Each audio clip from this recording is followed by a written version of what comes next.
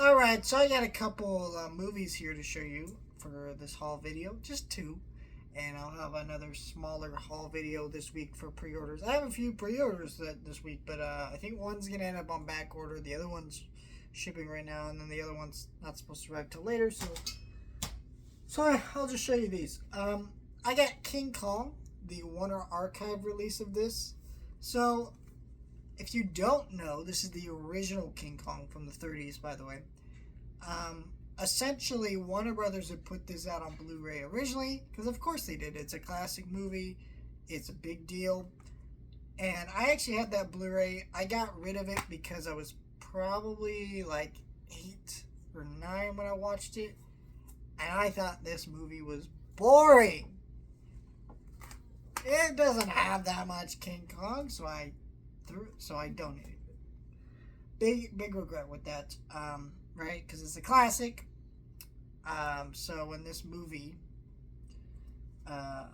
went out of print and it got harder to get, I was regretful, right? Because I never do that now. There's a lot to appreciate this movie, incredible effects, all that stuff. It's a classic, right? It's a great movie.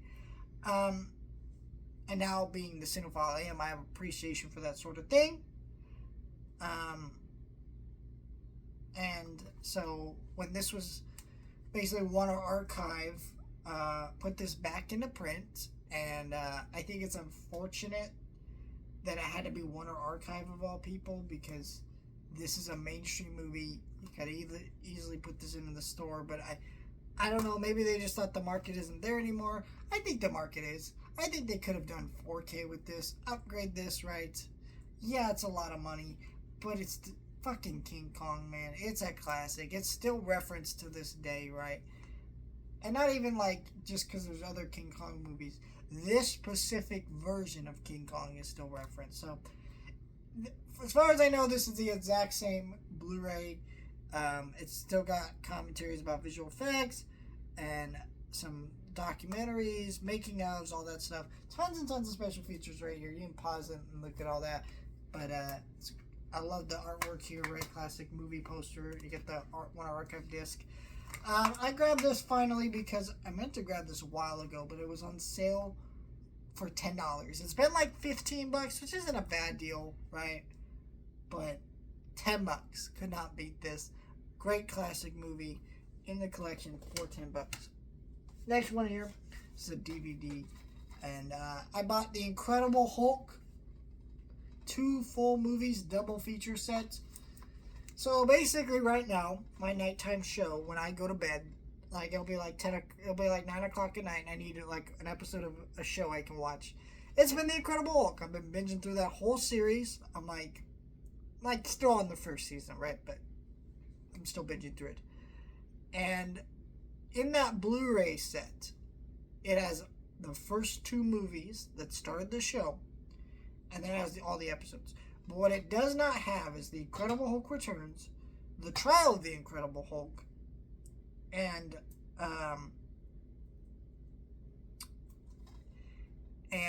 The Death of the Incredible Hulk, because Universal does not own the rights to them. I'm not really sure why that is. I don't know. I didn't watch this show when it originally aired and stuff, so I have no idea why that is. I'll have to look that up at some point. But essentially, this DVD set is $5, and it includes The Incredible Hulk Returns, Trial of the Incredible Hulk. So, essentially, if I want to watch the full series, I had to seek it out. So this is $5. It's still in print. There's a different version of this that is no longer in print, and it goes for a little bit of money. Not like a lot. I think it's like $20-30, but still. And, for 2 movies, like $20 on eBay really isn't that bad of a deal. But $5, they're right here on one disc.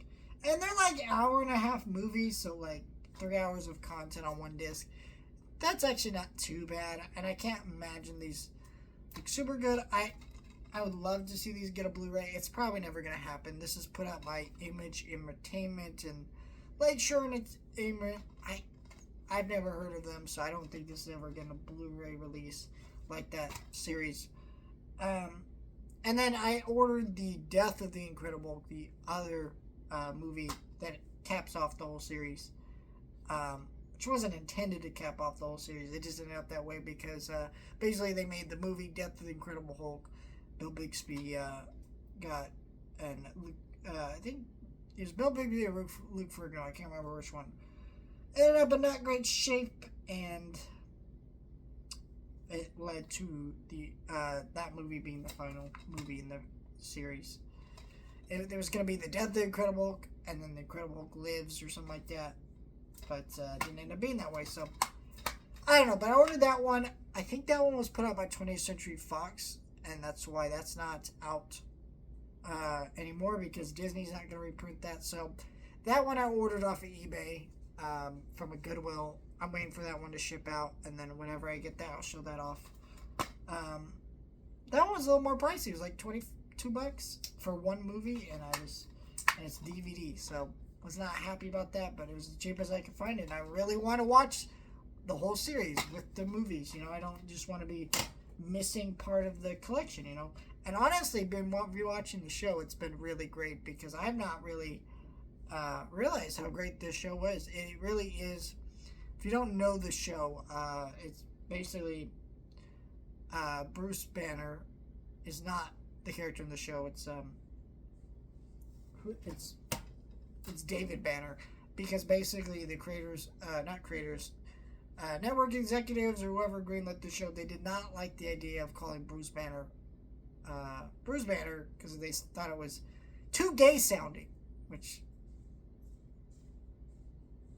Bruce Banner and David Banner, alright, goddamn, people are homophobic in the 70s, but essentially they didn't want to call it that, so in the 70s they wrote, they changed the name, and it's him as the Hulk going from place to place, because the Hulk is framed for the murder of Bruce Banner, and so he's just trying to find a place where he can be free and be at peace, but he can never truly be at peace because the Hulk's always there. And they do some really creative concepts. There's one where the Hulk, not Bruce Banner, like I said, David Banner, is on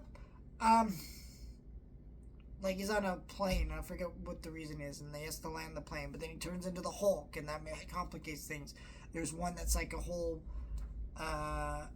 basically episode about Speed, or not Speed, that's basically Duel, the Steven Spielberg movie. So it's pretty cool stuff that they're able to really do in this series, and I really love all that stuff.